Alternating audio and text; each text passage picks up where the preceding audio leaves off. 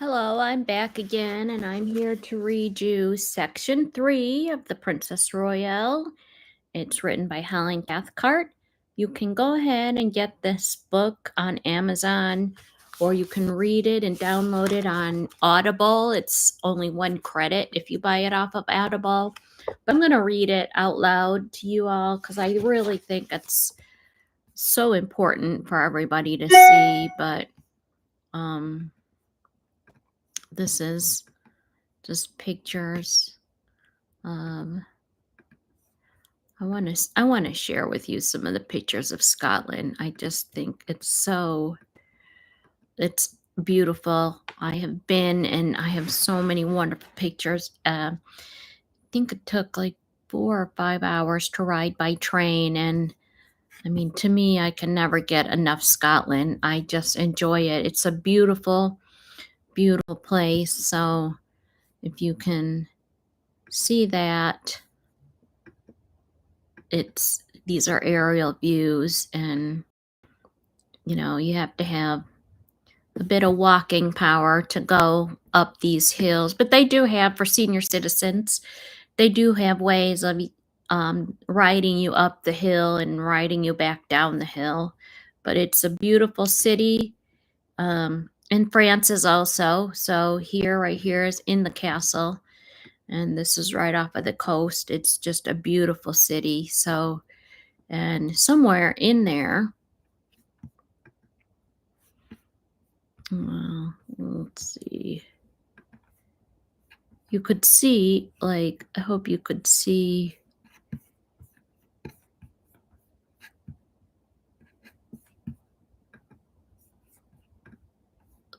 to show you the crown jewels. So I'm gonna add in the crown jewels because that is so cool to see. It's not a lot compared to the crown jewels that you would see at England, but these are the crown jewels. This is the crown.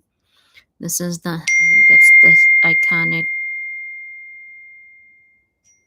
I think that's the iconic stone that they get, seen on. But that's it's right there. That's the Scottish. You can see it. Yeah. The golden cross, the orbs, the pearls. It's not a lot compared to the English crown jewels that you'll see at the Tower of London, but it's still very cool. I love the countryside over in Edinburgh. There's a Arthur's Seat, that you can climb up and hike up, but just wanted everybody to see some of this. So just, I'm going to scoot back over to some of the pictures of Scotland so you can see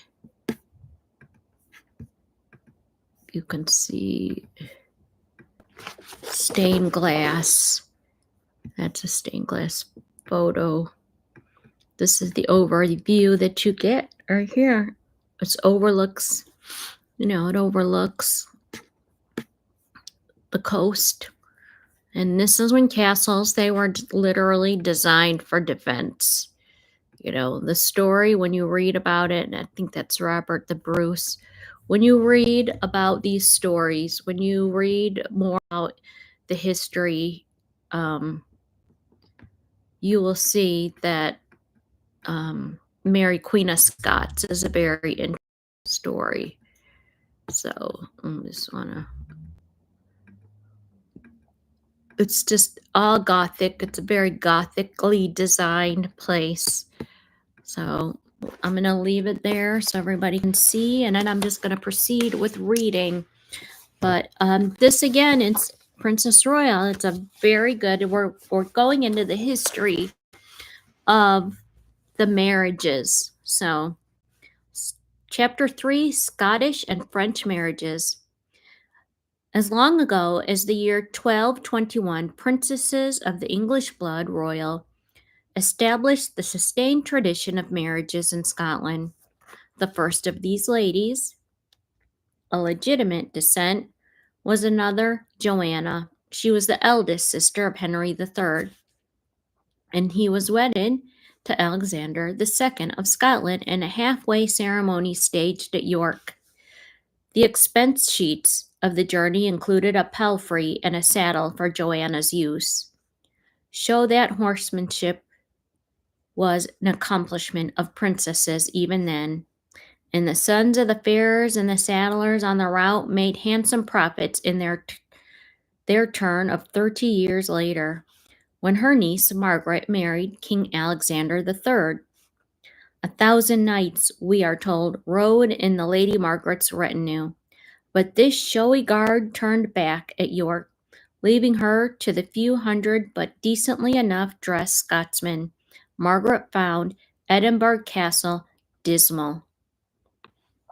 The sea air of Scotland injurious to her health, and she readily seized an excuse to return home to have her first baby at Windsor. The early Anglo-Scottish cycle of marriages extending over a century came to an end when Joanna, the sister of Edward III, was wedded at the tender age of 6 to David II, the 4-year-old son of Robert the Bruce. Crowned at Scone, shortly afterwards, the two children spent most of the juvenile years of their marriage in exile in France, at a safe remove from adult quarrels.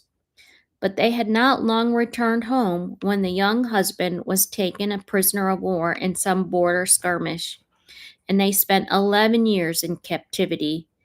It is not surprising that the marriage was childless. The consequences were of importance. For the change in the direction of the dynasty saw the rise of the House of Stuart in Scotland. In England, meanwhile, the winds of circumstance also blew darkly on the love and an all too brief life of Edward III's daughter, Joan, the sister of the Black Prince. In the year 1346, when the prince returned victorious from the siege of Calais, the king announced that 25 of the noblest of his knights would be honored and united in the Order of the Garter, and their joices were blended with festivities for Joan's approaching marriage to Alfonso of Castile. Alas, this was also the year when the dreadful scourge of the Black Death carried off more than 1 million victims in England alone. The king's daughter fell sick with a pestilence. The king's daughter fell sick with the pestilence, and her hasty funeral occurred in the very hour planned for her wedding. The French wars provided not only a prodigious booty of silks from Languedoc, furs and velvets for the princesses of England, but also an accustomed choice of husbands from among the high-born French hostages and prisoners of war. Each new and successive military triumph saw a series of court entertainments held by the victors to welcome the vanquished. The revels often went on for days, the comfort inestimable, the pleasure without murmuring, the hilarity without care, the cleric Adam de Marmouth enjoyably reported. In this indulgent atmosphere, the king thought it well to give some extra care to his wife and daughters. And an act of 1350 declares it an act of treason. If one shall violate the queen, being the king's companion or eldest daughter unmarried, the enactment of Edward III, in the old French phrasing, became the first to create a distinction between the eldest unmarried princess and her sisters. A precaution, no doubt, lest the eldest should inherit the crown. And we are on the way to the precedent of the Princess Royal. When King John of France was captured at Poitiers, he was permitted to return home to France pending arrangement for a ransom. The hostage who took his place, the personal de Courcy, Countess of Sassoon, was allowed a deputy for his king to hunt, hawk, and take what other diversions he pleased. The diversions indeed included falling in love with Edward III's eldest surviving daughter, Philippa, and they enjoyed an endearingly happy marriage. The old annals also allowed a tantalizing glimpse of another Princess Elizabeth, who was not only the daughter of King Edward IV, but also the bride of Edward of the King of England, Henry VII, as well as a sister of the murdered princes in the Tower. This tragic mystery still lay in the future at that time. The governor of Holland visited Windsor Castle, and the Herald Blue-Mantle Pursuant wrote an account still to be found in the present Royal Library. In the course of his entertainments, the visitor was conducted after supper to the Queen's salon, where he found her with her daughters and ladies throwing balls at ivory ninepins, a diversion at which the 7-year-old Princess Elizabeth shone with pleasurable skill. Then the minstrels arrived, and dancing began. The herald watched, and the king took his little daughter in his arms, swung her around the room, just as any young father might do today. The next evening, the Lady Elizabeth was given leave to stay up late at a banquet, enjoying a great view of divers ladies and certain nobles of the king's own court, and no doubt especially relishing certain dishes of green ginger and sugared sweets. A year or two later, we find Elizabeth betrothed to the infant Dauphin of France, only to be jilted. One of the few breaches of promise in British royal history, when Louis XI found the portents unfavorable. In her teens, Elizabeth was then promised to Henry Tudor, who truly avenged her murdered brothers by defeating Richard III to the death at Bosworth Field. Although Henry was crowned alone in London, the long feuds of the houses of York and Lancaster could not be resolved until he reassured the Privy Council that he was willing to take a wife and consort, the Lady Elizabeth. After her wedding, 5 months later, she carried a symbolic posy, wearing white and red roses that were tied together. And the War of the Roses had been brought at last to a happy ending. Elizabeth of York's crowning as the queen consort was postponed by the discovery that she was to have a child. And while England rejoiced, preparations for the infant were made with the utmost elegance of state. The walls of the birth chamber were hung by order with rich arras, and the floors warmed by carpeting to ward off draughts and to protect both mother and baby against any chills, while the maternity bed itself was arrayed and decked with ermine and cloth of gold, with sheets of the finest lawn.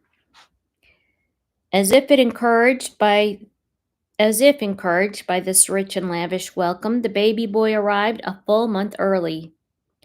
200 torchbearers illumined the brilliant procession to his christening in Winchester Cathedral. His chosen name was Arthur. It was intended to revive the legendary glory of the long hero king who had once held court at Winchester.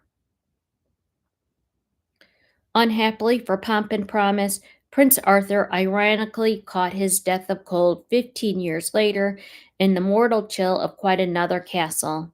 It was bleak, and it was comfortless at Ludlow Castle, and the handsome young brother who succeeded to the throne of England 7 years later was the lusty and vigorous figure who we all know as King Henry VIII.